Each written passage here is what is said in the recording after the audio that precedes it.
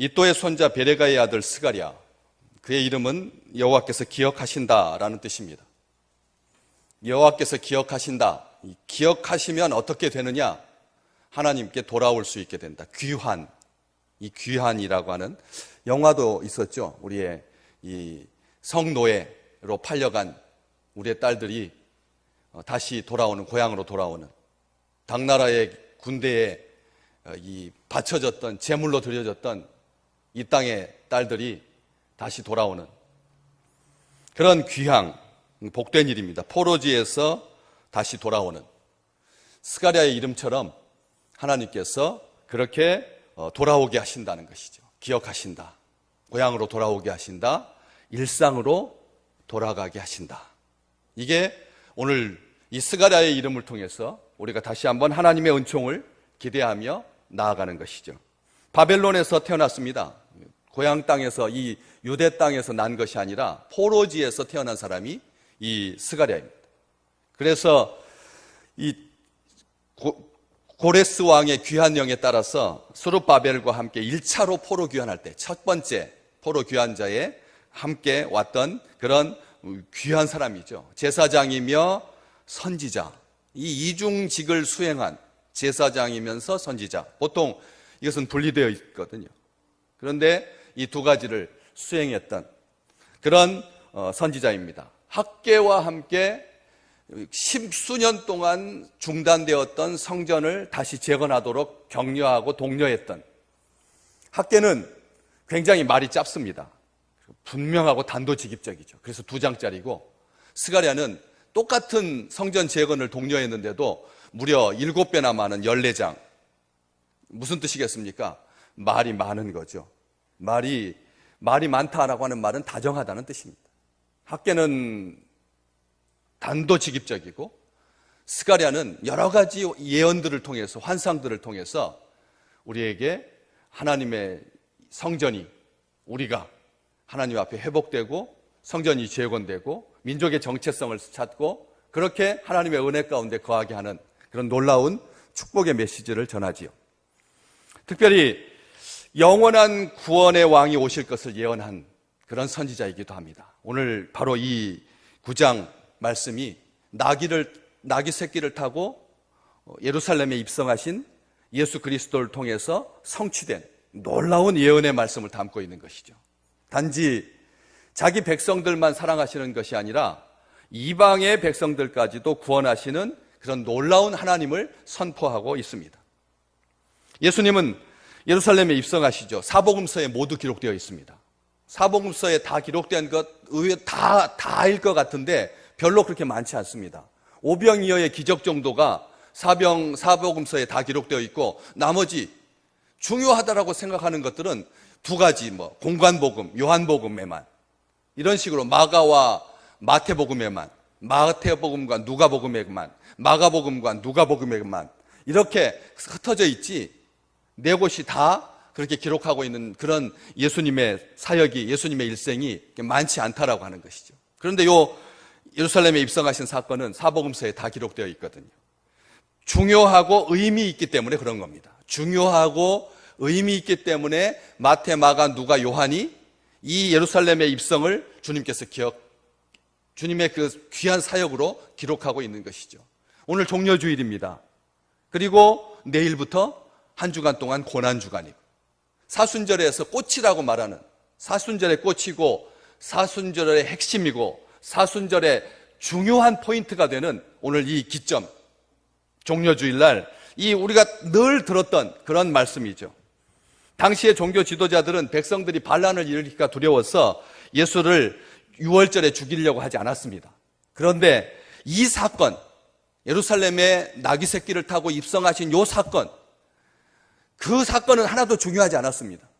사람들이 환호했기 때문에, 호산나 다윗의 자손이여, 열광적으로 환호했기 때문에 모든 사람들, 유대 역사가에 따르면 이 6월절에 예루살렘에서만 소모되는 양의 숫자가 25만 마리라고 하니까 10명당 한 마리 잡으니까 200만 명이 넘는, 250만 명 가까운 사람들이 아주 밀집해 있었던 이 6월절 어간에 예수 그리스도께서 나귀 새끼를 타고 예루살렘에 입성하시니 겉으로 보기에는 얼마나 희극적입니까? 아시잖아요. 우리 주님 키가 180 안 되셨습니다. 한 170 중간 정도 되신 분인데 목수 일 하셔가지고 체격이 아주 다부졌던 30대 초반의 멋진 청년 예수 그리스도께서 나귀 새끼 못합니다. 새끼인데 어떻게 탑니까?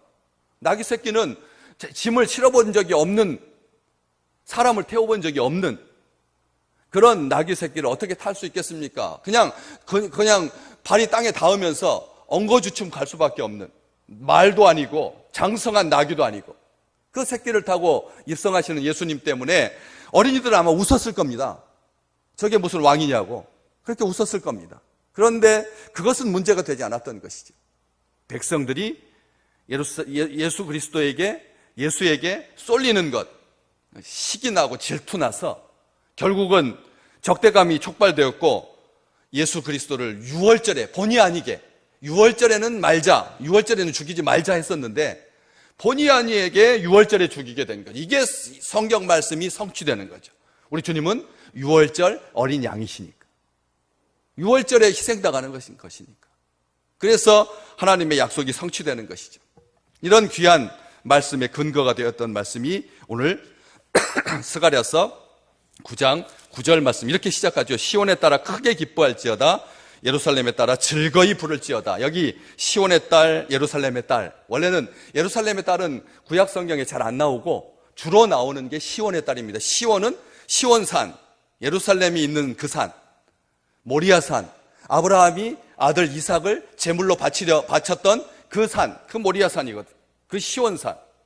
마지막 종말의 때에 하나님께서 임재하실 것이다라고 예언된 산, 그 시온산, 그 시온의 딸, 이스라엘 백성들을 말할 때 부르는 표현입니다. 시온의 딸이라고 하는 말은 이스라엘 자손들, 이스라엘의 백성들, 하나님의 백성들을 말할 때 시온의 딸이라고 하고, 예루살렘의 딸이라고 하는 말을 연거푸 말하고 있어요. 시온의 딸, 예루살렘의 딸. 이게 그러니까 스가랴인 겁니다. 스가랴는 그냥 구약에 일상적으로 사용되었던 이 시온의 딸이라고 하는 말 대신 거기에다가 한 번 더 부연 설명하면서 예루살렘의 딸이라 이렇게 말씀해 주면서 그 따라 즐거이 불러라.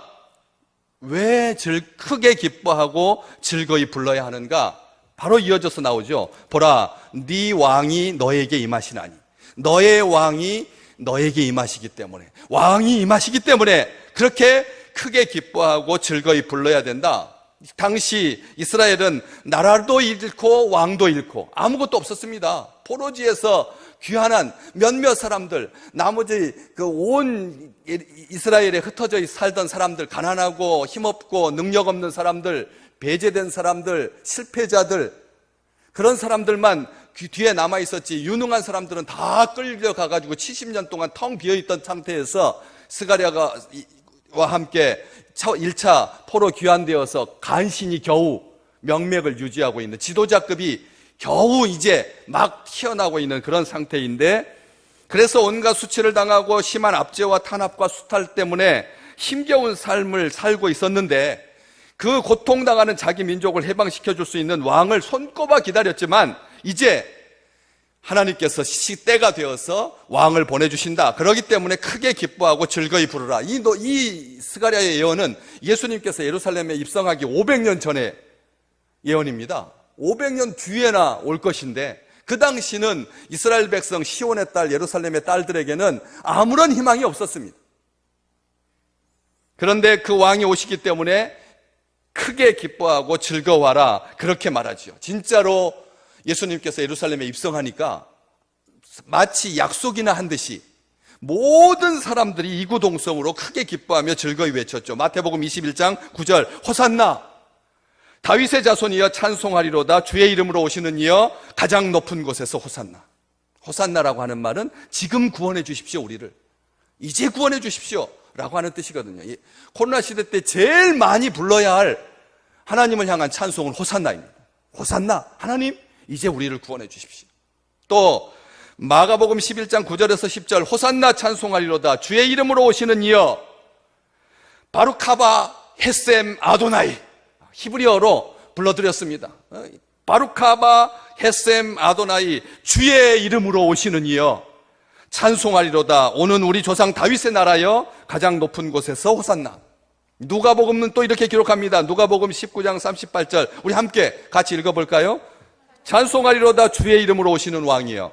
하늘에는 평화요, 가장 높은 곳에는 영광이로다. 이스라엘 백성들이 그렇게 우리 주님께서 예루살렘에 들어오실 때 환호했다라고 하는 것이죠. 요한복음 12장 13절 호산나 찬송하리로다 주의 이름으로 오시는 이 곧 이스라엘의 왕이시여.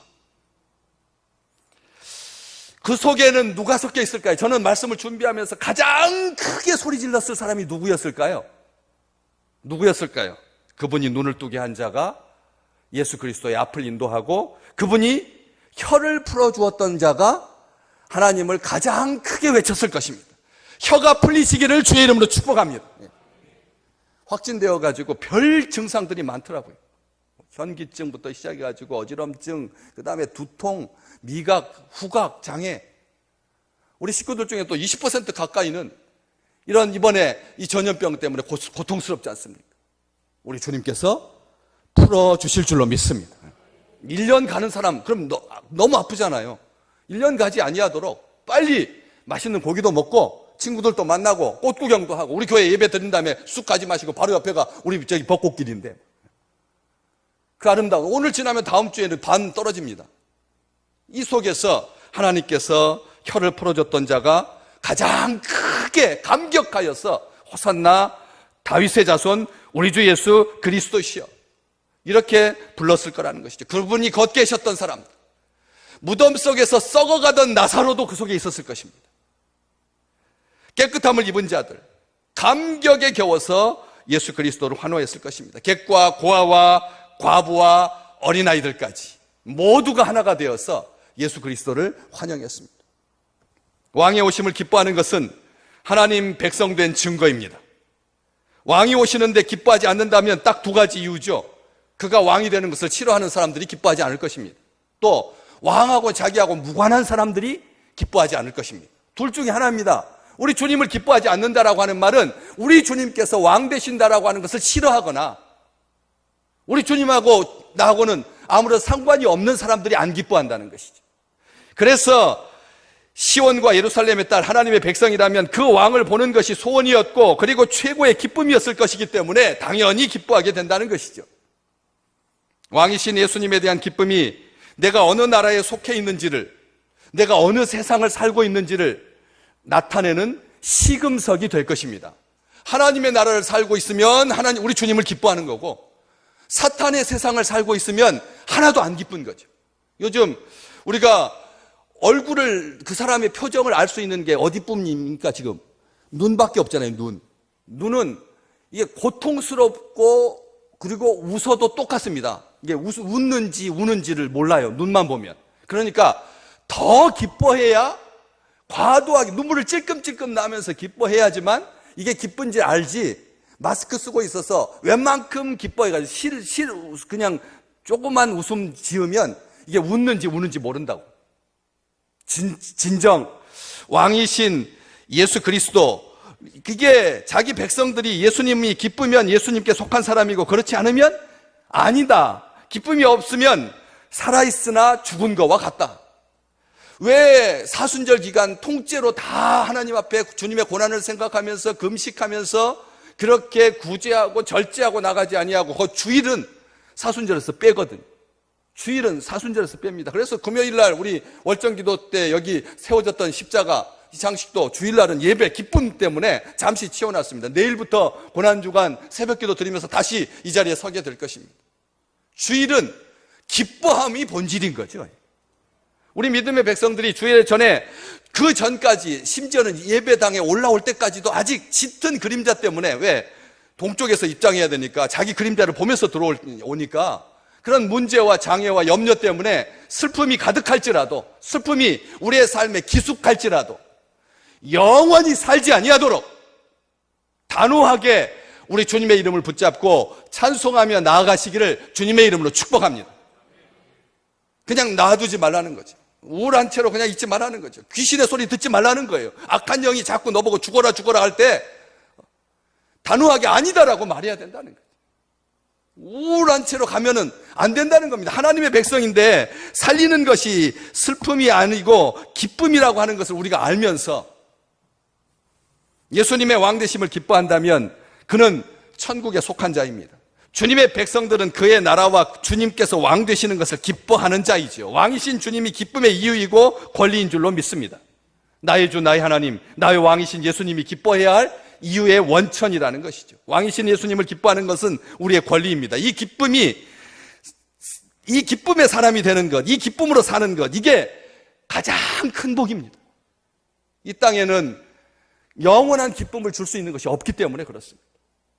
손주도 돌되기 전까지, 기어다니기 전까지 예쁘지, 지나고 나면 그냥 어른입니다. 아시잖아요.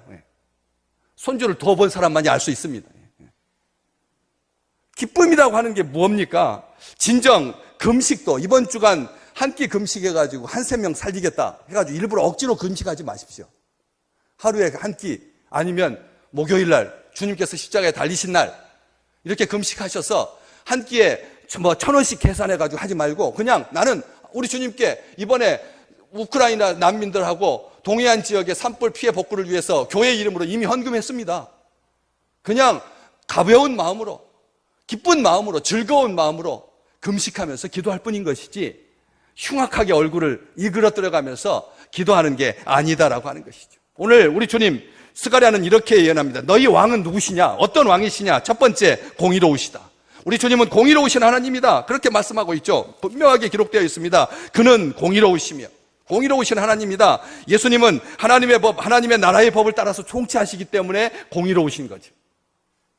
그 법은 우주를 다스리는 법이고 인간의 선악을 심판하는 법이고 자연계의 모든 질서를 다스리는 법입니다. 사람을 살리는 생명의 법이며 죄인을 구원하는 사랑의 법입니다. 완전하고 영원한 법이죠. 그래서 수시로 바꿔야 하고 개정해야 되고 보완해야 되는 인간의 법이 아니기 때문에 주님께서 한결같은 생명의 법으로 우리를 다스리고 계신다. 또 우리 주님은 어떤 분이십니까? 구원을 베푸시는 왕이시다. 구원을 베푸시는 왕이시다. 자기 백성을 불쌍히 여기시고 위로와 회복을 주시고 피로를 채워주시고 돌보시며 함께 하시고 주의 영을 부어주셔서 주를 더욱더 깊이 알아가게 하시는 왕, 주의 이름을 부르는 모든 자들에게 구원을 베풀어 주시는 왕, 조롱거리가 되지 아니하도록 지키시고 절망과 고통과 죄와 사망에서 건지시고 의의 길로 인도하시는 왕 중의 왕이 우리 주님이시라는 거죠. 오늘 우리는 종료주의를 맞으면서 그 왕을 맞아들이는 겁니다. 공의로 다스리시는 왕이요, 구원을 베푸시는 왕이요. 근데 세 번째가 가장 중요하죠. 왜? 이 세 번째가 아니면 앞에 공의로우시고 구원을 베푸시는 것도 우리에게 기쁨이 될 수가 없습니다. 진정 나귀를 타시나니, 나귀는 일찍부터 메시아와 관련된 짐승입니다. 그래서 랍비들은 무슨 말을 했냐면 꿈에 혹시라도 나귀를 보면 그 사람은 메시아가 오심을 희망해도 좋다. 아멘. 랍비들은 그렇게 설명했어요. 꿈에 나귀 꿈을 꾸면 우리가 꿈에서 어떤 꿈을 꿔야지 귀인을 만난다고 하나요? 다 그쪽에 아주 탁월하신 분들은 아실 텐데 꿈에 뭘 보면 귀인을 만나게 된다 해가지고 별 이야기들이 다 있잖아요. 근데 랍비들은 그렇게 가르치지 아니하고 나귀 꿈을 꾸면 메시아가 온다라고 하는 것을 희망해도 좋다, 소망을 가져라, 이렇게 가르쳤던 것이죠. 그래서 예수님은 만왕의 왕이시지만 백마를 타고 갑옷 차고 갑옷 입고 큰 칼 차고 전리품과 노예를 앞세워서 중무장한 군인들을 호위대로 그렇게 받으면서 나팔을 불며 입성하지 아니하시고 온 땅의 왕이신데 주께서 나귀 새끼를 타십니다. 왜 나귀 새끼를 타셨을까? 그냥 폼나게. 그래도 그 당시에 왕도 나귀를 탔고 현인들도 나귀를 탔습니다. 위대한 스승들도 나귀를 탔습니다. 장군만 말 타고 그렇지 않으면 나귀를 타는 것은 좋은 왕이라면, 선정을 베푸는 왕이라면 나귀를 탔습니다. 그렇지만 나귀 새끼는 타지 않았는데 왜 우리 주님께서 불쌍하지 않습니까? 나귀 새끼. 예수님이 그냥 바싹 마른 체구기가 한 50kg 정도 나가는 말의 기수와 같이 그렇게 날렵한 사람이 아닌데 나귀 새끼한테는 부담스러웠을 텐데 우리 주님께서 타신 이유가 뭘까요? 보여주시려고 그러는 겁니다. 보여주시려고. 성경 말씀대로 나는 산다는 것을, 하나님의 말씀대로 나는 산다는 것. 스가랴서에 구원 기록되어 있으니까 여기 그렇게 기록되어 있지 않습니까? 나귀를 타시나니 나귀의 작은 것 곧 나귀 새끼다. 스가랴를 통해서 예언해 주셨으니까 그 예언의 말씀대로 여기서 아무런 설명도 하지 않습니다. 하나님께서 겸손을 나타내라고 나귀 새끼를 타라 이렇게 말한 것이 아닙니다. 스가랴 선지자가 그 예언을 보면서 자기가 설명한 거죠. 내가 겸손하여서 설명한 건데, 겸손이 다입니까? 나귀 새끼를 타신 이유는 겸손하는 것이 전부가 아닙니다. 왜냐하면 거짓 메시아는 나귀를 타고 예루살렘에 결코 들어오지 않을 것이기 때문에, 진짜인지 가짜인지를 확인하려면 나귀 새끼를 통해서 우리 주님께서 메시아인지 아닌지를 확인하라고 우리 주님께서 영의 눈을 떠서 그렇게 볼 수 있도록 일부러 표시나게, 다른 사람 의뢰 말 타고 들어오고 장군으로 화려하게 입성하면서 전리품과 노예들과 함께 들어오지만 우리 주님은 그렇지 아니하고 알 수 있도록 나귀 새끼를 타신 것이죠. 누구나 가까이 와서 만질 수 있도록, 누구나 가까이 와서 만질 수 있도록. 그래서 이 세상에 있는 거짓 메시아는 그들의 마음이 지상의 영광과 세상의 위대함 속에 갇혀 있어서 나귀 새끼를 탈 리가 없다는 것이죠. 사람들도 마찬가지입니다. 하나님이 보내신 메시아가 아니라 자기들의 꿈과 욕망을 투사하는 그런 메시아를 기대했다면 아니다. 오늘 우리 종려주의를 통해서 주의 백성들이 기억해야 할 우리 주님의 모습은 그런 모습이 아니다라고 하는 것이죠. 어제나 오늘 그때나 지금 상관없이 공의와 평화를 이루고 겸손하고 온유한 왕 대신 사람들이 꿈꿨던 메시아는 어떤 메시아입니까? 이 놀라운 찬양, 호산나 다윗의 자손이여 이스라엘의 왕이시여, 하늘에는 영광이고 땅에는 평화입니다. 그렇게 우리 주님을 맞았던 사람들이 닷새 뒤에 예수 그리스도를 향하여서 저 사람을 십자가에 못 박으라고 합니다. 부와 명예와 성공과 권세, 약속을 향한 그런 약속을 주는 영웅을 기다리기 때문에 그런 일이 발생한다라고 하는 것이죠. 우리 주님께서 나귀 새끼를 타신 이유 한 가지입니다. 겸손하신 것이지만 거짓 메시아가 아니다라고 하는 것을 보여주는 것이고, 또 우리가 기대하고 있는 이 속된 것, 자기 영광, 자기의 버리라고 말씀하시는 것이고, 또 세상 사람들의 생명을 구하기 위해서 지셔야 했던 그 무거운 짐, 예수님을 지고 가는 그 어린 나귀 새끼, 예수님을 싣고 가는 그 나귀 새끼를 통해서 자기 자신을 나귀 새끼한테 투영하고 계시는 것이죠. 이사야서 53장 6절 말씀 같이 읽겠습니다. 우리는 다 양 같아서 그릇 행하여 각기 제 길로 갔거늘 여호와께서는 우리 모두의 죄악을 그에게 담당시키셨도다. 아멘. 나귀 새끼를 타신 이유는 나귀 새끼에게는 버거운, 짐을 지는 동물이라고 일컬어지는 나귀지만 나귀 새끼에게는 지기 버거운 그런 짐. 당시에는 누구도 그런 메시아를 생각하지 않았습니다. 제자들조차도 처음에는 이 일을 깨닫지 못하다가 주님이 부활하신 이후에야 그 의미를 알게 되었지요. 그분께서 나귀 새끼를 타시고, 그러자 승리 함성이 하늘을 찌를 듯 했습니다. 군중들은 환호했습니다. 백성들의 기대는 최고조에 달았습니다.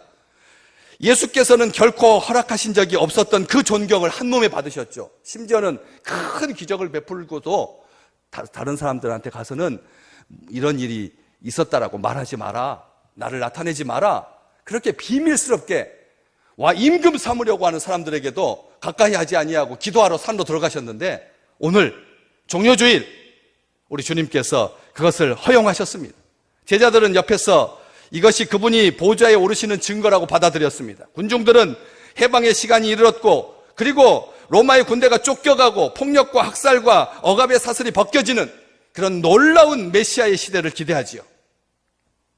그런데 예수님은 그런 왕이 아니다. 10절 말씀을 없애버린다면, 오늘 10절 말씀을 안 들었다면 앞쪽에서 그런 기대로 겸손하신 왕을 바라보는 것도 족하겠지만 10절 말씀 때문에 그 예언이, 그 예상이 일순간에 무너지게 되죠. 10절 말씀, 내가 에브라임의 병거와 예루살렘의 말을 끊겠고 전쟁하는 활도 끊을 것이다. 내가라고 하는 말은 하나님께서 전쟁을 멈춰주시겠다. 그래서 전쟁을 끝나게 하겠다. 그는 예수 그리스도가, 메시아가 이방 사람에게 화평을 전할 것이다. 그의 통치는, 예수의 통치는 바다에서 바다까지 이르고 유브라데 강에서 땅끝까지 이르리라. 이렇게 말씀하고 계십니다. 우리 주님은 어떤 왕이시라고요? 첫 번째는 공의로운 왕이시고 구원을 베푸시는 왕이고 겸손하신 왕인데, 그 세 가지를 딱 한마디로 말한다면 평화의 왕이시라는 거죠. 우리 주님은 평화의 왕이십니다. 말을 타고 정복한 나라는 결코 평화로울 수 없죠. 그 평화는 무력에 의해서 위장된 평화이고 승리자만이 누릴 수 있는 편협한 평화입니다. 지금 정복당하고 짓밟힌 사람들이 급기야는 원수 갚을 날을 기다리다가 기회만 되면 다시 전쟁과 보복과 죽음이 반복되는 위험한 평화지요. 우리 우크라이나 난민들을 위해서 간절한 마음으로 기도합니다. 그런데 우크라이나 난민들만 위해서 기도합니까? 한 악한 지도자에 의해서 전쟁에 동원되고 있는 러시아 국민들은 배제하고 당하는 사람들만 위해서 기도해야 하나요? 평화는 어떤 평화인데요? 모두가 다 누리는 평화여야죠. 그래서 그렇게 기도하셔야 됩니다. 이게 맞는 기도입니다. 불쌍하죠? 어머니 세상 떠나가지고 그 자기 뜰에다가 이렇게 벽돌로 경계선 내고 막대기로 십자가 놓고 그 앞에서 울고 있는 그 5살짜리 남자아이의 사진을 보면서 얼마나 가슴이 짠합니다.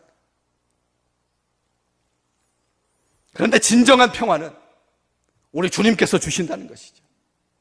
우리 주님이 화평이십니다. 주님의 은혜로 하나님과 화평을 누리게 되고, 하나님과 화평을 누려야 나 자신과의 화평, 이웃과의 화평, 자연과의 화평을 누릴 수가 있는 거예요. 우리 주님께서 중간에 막힌 담을 하신 이유는 하나님과의 화평이 가장 중요하기 때문에 그렇습니다.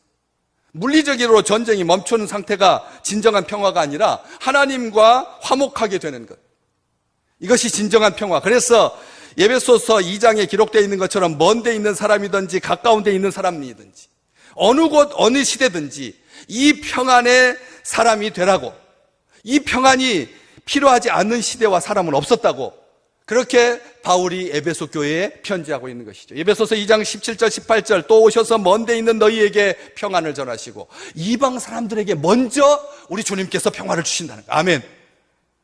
본국 백성들, 자기 백성들은 나중에 가까운 데 있는 자들에게 평안을 전하셨으니 바울은 분명하게 그 순서를 말합니다. 먼 데 있는 사람부터 하나님께서 평화를 주실 거라.